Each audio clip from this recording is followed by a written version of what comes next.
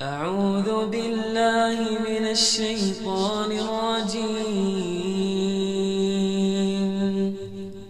بسم الله الرحمن الرحيم.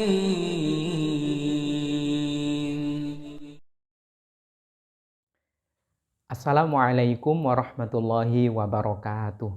Bismillah, walhamdulillah, thumma salatu wassalamu ala rasulillah, habibina wa qudwatina Muhammad ibn Abdillah, wa ala alihi wa ashabihi wa mawala, wa man tabi'alah ila yaumil qiyamah. Wa ba'dah, bertambah saudara itu sangat menggembirakan. Bertambah kerabat atau saudara itu pertanda tambahnya keberkahan yang Allah Subhanahu wa taala curahkan. Semakin banyak saudara dan kerabat, tentunya Allah Subhanahu wa taala juga semakin deras mengalirkan keberkahan itu. Tentunya dengan bersilaturahim dan terus berkomunikasi mengeratkannya. Nah, yang harus kita pahami bersama-sama adalah syariat tetap memberikan tuntunan, bimbingan, dan juga arahan agar kita tidak salah dalam berkomunikasi dan bersilaturahim. Apa itu? Tidak semua saudara itu mahram. Tidak semua kerabat itu mahram. Tapi kalau mahram itu mesti saudara. Kalau mahram itu mesti kerabat. Disinilah kita harus benar-benar cerdas dan cakap mengawal diri kita agar tidak berseberangan atau bahkan benturan dengan aturan Allah Subhanahu wa taala. Sebagai seorang mukmin, mukminah, tentunya mengikuti aturan Allah Subhanahu wa taala itu mutlak. Itu akan mendatangkan kedamaian dan ketentraman. Dan tentunya keberkahan tidak terhalang mengalir bagi kita. Pertanyaan kali ini terkait dengan saudara atau kerabat. Apa itu saudara ipar?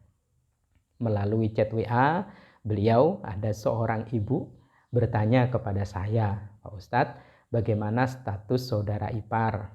Karena di rumah kami itu ada saudara ipar, yaitu adiknya suami saya.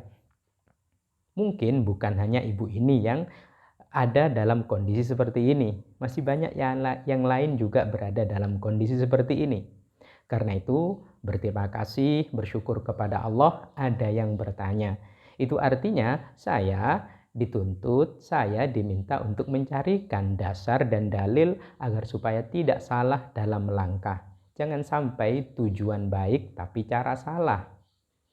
Jangan sampai tujuannya mulia, tapi dengan cara-cara yang justru bertentangan dengan syariat Allah Azza wa Jalla. Mudah-mudahan Allah Subhanahu wa taala memampukan kita untuk patuh secara utuh, untuk taat benar-benar secara universal. Amin. Allahumma amin.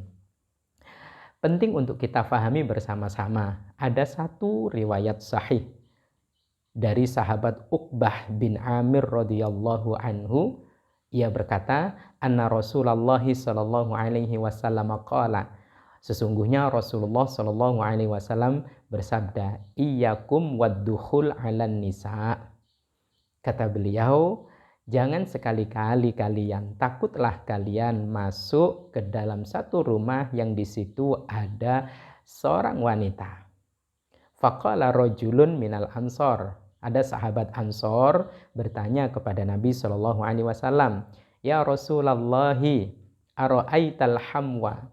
Wahai Rasul, bagaimana menurut pendapatmu sesuai dengan petunjuk Allah Subhanahu Wa Taala tentang saudara ipar?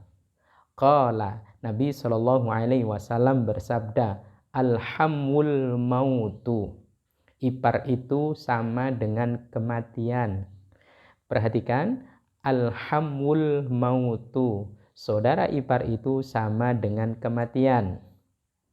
Hadis ini diriwayatkan oleh Imam Ahmad, Imam Bukhari, Imam At-Tirmidzi, dan semuanya memberikan penilaian bahwa hadis ini sahih. Nah, dari hadis ini dapat kita cermati bersama-sama. Nabi Shallallahu Alaihi Wasallam memberikan stigma bahwasannya ipar itu kematian. ipar itu sama dengan kematian. Artinya apa? Saudara ipar itu bukan mahram.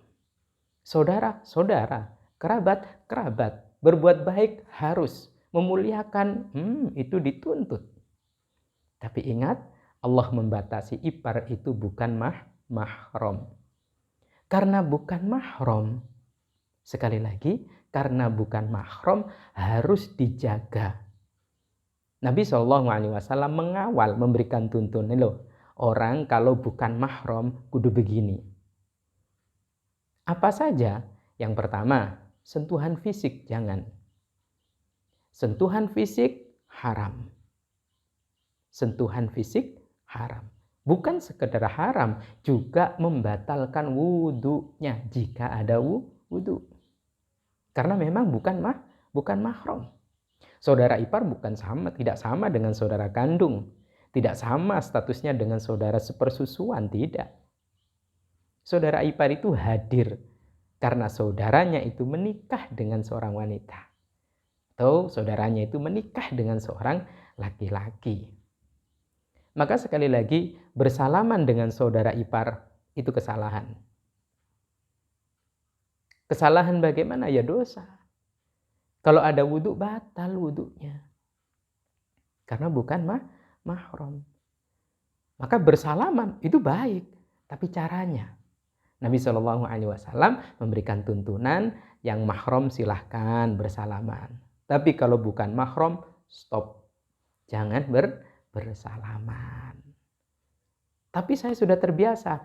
Hentikan kebiasaan itu. Nggak enak kalau saya tidak salaman. Karena saya sangat menghormati kakak ipar saya. Karena saya menyayangi adik ipar saya. Ya, sangat menyayangi bukan berarti dengan melanggar ketetapan Allah Subhanahu wa Ta'ala dan Rasul-Nya. Selanjutnya, yang kedua adalah auratnya kudu dijaga.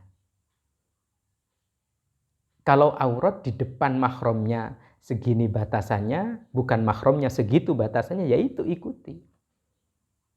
Berarti kalau laki-laki antara pusar lutut. Kalau perempuan sekujur tubuh kecuali wajah dan telapak tangan. Yang ketiga adalah berdua-dua. Patut dihindari. Jangan sampai karena di rumah itu ada saudara ipar lalu kemudian melepas, tidak mengenakan jilbab. Memakai kostum kebesarannya hanya sebatas lengan, terus kemudian lutut, tidak bagus. Di depan ipar. Juga termasuk berdua-dua, berkholwah istilah dalam fikihnya itu berkholwah. Ini kakak ipar dengan adik ipar berdua-dua. Apakah di dalam rumah, pokoknya dalam satu ruangan yang di ruangan itu tidak ada orang lain. Karena apa? Bukan mahram sekali lagi. Loh, kalau bukan mahram, berarti berpeluang atau berpotensi untuk menggantikan kakak iparnya. Contoh sekarang, Ahmad punya adik muslim. Ahmad menikahi Fatimah. Setelah Ahmad menikah dengan Fatimah, si muslim masih bujang. Ternyata baru punya anak satu, Ahmad menikahi Fatimah, Ahmad meninggal dunia.